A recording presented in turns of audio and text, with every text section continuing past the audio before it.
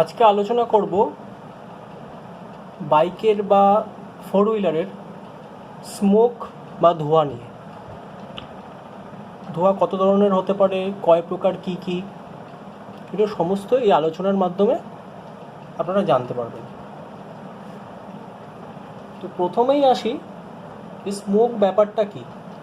Internal combustion ইঞ্জিনের মধ্যে যে পেট্রোল বা ডিজেল যাই জ্বলুক না কেন, সেটা কিন্তু জ্বলার পরে একটা বায়বীয় আকারে বাইরে বেরোয়, এবং সেটা যদি দেখা না যায় তাহলে ধরে নিতে হয় গাড়িতে ইঞ্জিনে কোনো প্রবলেম নেই। কিন্তু যদি দেখা যায় অল্প পরিমাণে হোক বা বেশি পরিমাণে, তাহলে বুঝতে হবে যে ইঞ্জিনে কোনো রকম প্রবলেম আছে।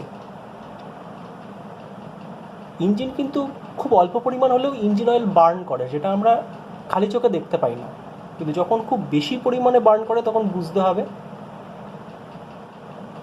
যে ইঞ্জিনে কোনো রকম প্রবলেম এসছে।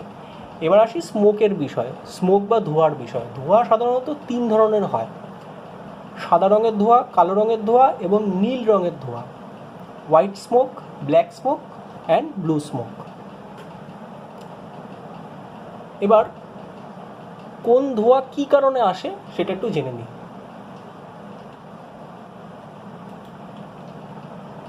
এটা একটা অ্যানিমেশন রয়েছে ইন্টারনাল কম্বাশন ইঞ্জিনে। কোনো কারণে যদি পিস্টন রিং ক্ষয় হয়ে যায়, বা পিস্টন যদি ক্ষয় হয়ে যায়, বা যে সিলিন্ডার ওয়াল,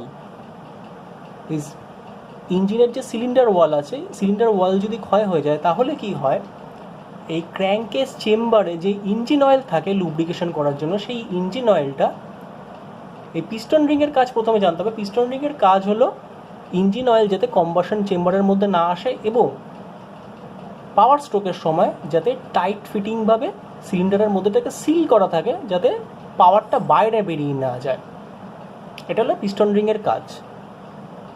এবং পিস্টন রিং যদি কোনো কারণে ক্ষয় হয়ে যায়, তাহলে কি হয়, নিচের ইঞ্জিন অয়েল কম্বাশন চেম্বারের মধ্যে চলে আসতে থাকে। চলে আসলে কি হয়, এক্সস্ট দিয়ে ধোঁয়া আকারে বেরিয়ে আসে। সাদা ধোঁয়া হতে পারে, ব্লু স্মোকও হতে পারে। এবার পরে আসছি ব্লু স্মোকের বিষয়টা, আগে সাদা ধোঁয়া আর কালো ধোঁয়ার বিষয়টা আলোচনা করি। এবং সাদা ধোঁয়ার আকারে বেরিয়ে যায়। ইঞ্জিন অয়েল বার্ন হলে যে ধোঁয়াটা বেরোয় সেটা কিন্তু সাদা রঙের ধোঁয়া। এবার দ্বিতীয় আসি যে বিষয়টায়, এটা তো একটা কারণ গেল। এবার যে উপরে যে ইঞ্জিন হেডে যে ভ্যালভ রয়েছে, এই ভ্যালভে কিন্তু ভ্যালভ সিল থাকে, এবং ভ্যালভকেও লুব্রিকেশন দরকার। ইঞ্জিন অয়েল কিন্তু ভ্যালভটাকেও লুব্রিকেশন করে। অয়েল গ্যালারি দিয়ে গিয়ে ইঞ্জিন অয়েলটা ইঞ্জিনের হেডে চড়ে, ক্যাম, রকার, ভ্যালভকেও লুব্রিকেশন করে। এবার ভ্যালভের যে লুব্রিকেশন করা হলো, তারপরে যে ইঞ্জিন অয়েলটা থাকে, সেই ইঞ্জিন অয়েলটা যাতে কম্বাশন চেম্বারের মধ্যে উপর থেকে ভেতরে না করে, সেজন্য কিন্তু ভ্যালভ অয়েল সিল লাগানো থাকে। সেই সিল যদি কেটে যায়, তাহলে কিন্তু হেড থেকে ইঞ্জিন অয়েল ডাইরেক্ট কম্বাশন চেম্বারের মধ্যে আসে, এবং সেটা বার্ন হয়ে সাদা ধোঁয়ার আকারে এক্সস্ট পোর্ট থেকে বেরিয়ে সাইলেন্সার থেকে আমরা সাদা ধোঁয়া দেখতে পাই। এটা যদি হয়ে থাকে তাহলে কিন্তু ইঞ্জিনের পক্ষে এই বিষয়টা ভীষণ বিপজ্জনক। আরেকটা কারণে হোয়াইট স্মোক আসতে পারে, যেটা হলো ইঞ্জিন অয়েল ওভার ফিলিং করা। ধরুন কোনো গাড়িতে বলা হয়েছে 900 ml ইঞ্জিন অয়েল ঢালতে, তার বদলে আমি ঢেলে দিলাম 1 লিটার বা 1.5 লিটার, কেউ ভুলে ঢেলে দিলাম, ভাবলাম যে ভালো লুব্রিকেশন হবে, কিন্তু কী হবে, ওভারফ্লো করবে। ইঞ্জিন অয়েলটা ওভারফ্লো করার জন্য কম্বাশন চেম্বারের মধ্যে চলে আসে, এবং এক্সস্ট দিয়ে সেটা সাদা ধোঁয়ার আকারে বেরোয়। এবার যে ব্লু স্মোকের ব্যাপারটায় আসবে। ব্লু স্মোক কী হয়, যে সকল গাড়িতে কুলেন্ট ইউজ হয়, কুলেন্টের কী হয়, কুলেন্টের মানে ইঞ্জিনের উপরের যদি প্যাকিং কোনো কারণে লিকেজ করে, প্যাকিং লিকেজ করলে কি হয়, কুলেন্ট ইঞ্জিন অয়েলের সাথে মিক্স হয়ে যায়, এবং ইঞ্জিন অয়েলের সাথে মিক্স হয় এবং কম্বাশন চেম্বারের মধ্যে কুলেন্ট চলে আসে। কুলেন্ট জ্বললে যে স্মোকটা তৈরি হবে সেটা ব্লু স্মোক তৈরি হবে। এরপর 3 নম্বর যেটা আছে সেটা হলো ব্ল্যাক স্মোক। ব্ল্যাক স্মোকটা বেরোলে ইঞ্জিনের ক্ষতি হবে সেটা নয়, কিন্তু ব্ল্যাক স্মোকটা কিন্তু ঠিক করে নেওয়া যায়, ইঞ্জিন না খুলেই ঠিক করে নেওয়া যায়।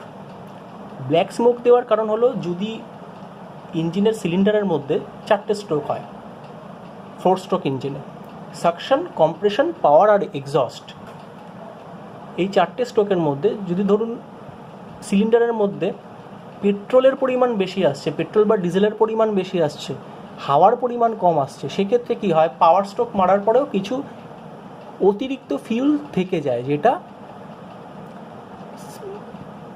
এক্সস্ট পোর্ট থেকে বাইরে বেরিয়ে আসে সাইলেন্সারের মধ্যে, সেটা জ্বলে যায়, ব্ল্যাক স্মোকের আকারে বার হয়। মানে অতিরিক্ত ফিউল জ্বলছে, অতিরিক্ত ফিউল জ্বললে সেটা ব্ল্যাক স্মোকের। এটা কিন্তু টিউনিং করে বা এফআই গাড়িতে যদি ইসিউ ম্যাপিংয়ে গড়বড় হয় বা কার্বোরেটর গাড়িতে টিউনিংয়ের গড়বড় হয়, সেটা হলে এই ব্ল্যাক স্মোকটা দেখা দেয়, সেটা টিউনিং করলে ঠিক হয়ে যায়। এটা কিন্তু খুব বড় কোনো বিষয় নয়। ব্ল্যাক স্মোকটা অতটা ক্ষতিকারক নয়। ব্ল্যাক স্মোকের মূল কারণ হলো যে ফিউল বেশি আসছে, এয়ারের পরিমাণ কম আসছে। এয়ার কম, ফিউল বেশি আসলে তখনই ব্ল্যাক স্মোকের আকারে ধোঁয়া দেখা যায়। এটা কিন্তু ভয়ের কোনো কারণ নেই। আরেকটা হয় কিছু কিছু গাড়িতে কনডেনসেশনের জন্য, সকালবেলা দেখছেন গাড়ি স্টার্ট করার পরে হালকা ধোঁয়া মারছে, কিন্তু তারপর বন্ধ হয়ে গেল, কন্টিনিউ ধোঁয়া মারছে না। হালকা ধোঁয়াটা কেন মারে? গরম ইঞ্জিন যখন বন্ধ হয়, বন্ধ হলে কি হয়, সাইলেন্সারের মধ্যে হালকা জলীয় বাষ্প জমে যায়। এবার যখন ইঞ্জিনটা স্টার্ট করা হচ্ছে, সাইলেন্সার গরম হচ্ছে, সাইলেন্সার গরম হলে কি হয়, সেই জলীয় বাষ্পটা বার হয়ে যায় হালকা ধোঁয়ার আকারে, হালকা সাদা লাইট ধোঁয়ার আকারে বার হয়ে যায়। এটা কিন্তু ভয়ের কিছু নেই।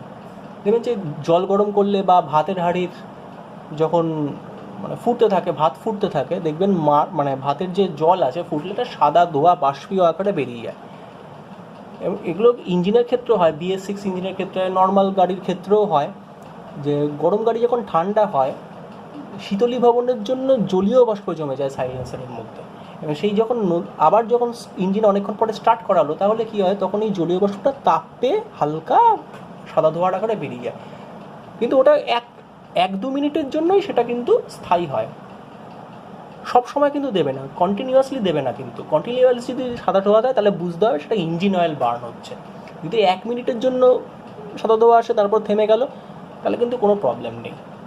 এই 3টে বিষয় বলে দিলাম, ব্ল্যাক স্মোক, হোয়াইট স্মোক আর ব্লু স্মোক। ব্ল্যাক স্মোকটা কীভাবে সমাধান করতে হবে সেটা বলেই দিলাম, এবং ব্লু স্মোক বা যদি হোয়াইট স্মোক দেয় ইঞ্জিন, সেক্ষেত্রে কিন্তু ইঞ্জিন খুলিয়ে দেখতে হবে ইঞ্জিনে কী সমস্যা। ব্ল্যাক স্মোকের ক্ষেত্রে কিন্তু এটা নয়। ব্ল্যাক স্মোক বললাম, রিচ মিক্সচার যদি চলে, ফিউল যদি বেশি আসে, সেক্ষেত্রে ফিউলিং কমিয়ে দিলেই সমস্যাটা সমাধান হয়ে যাবে।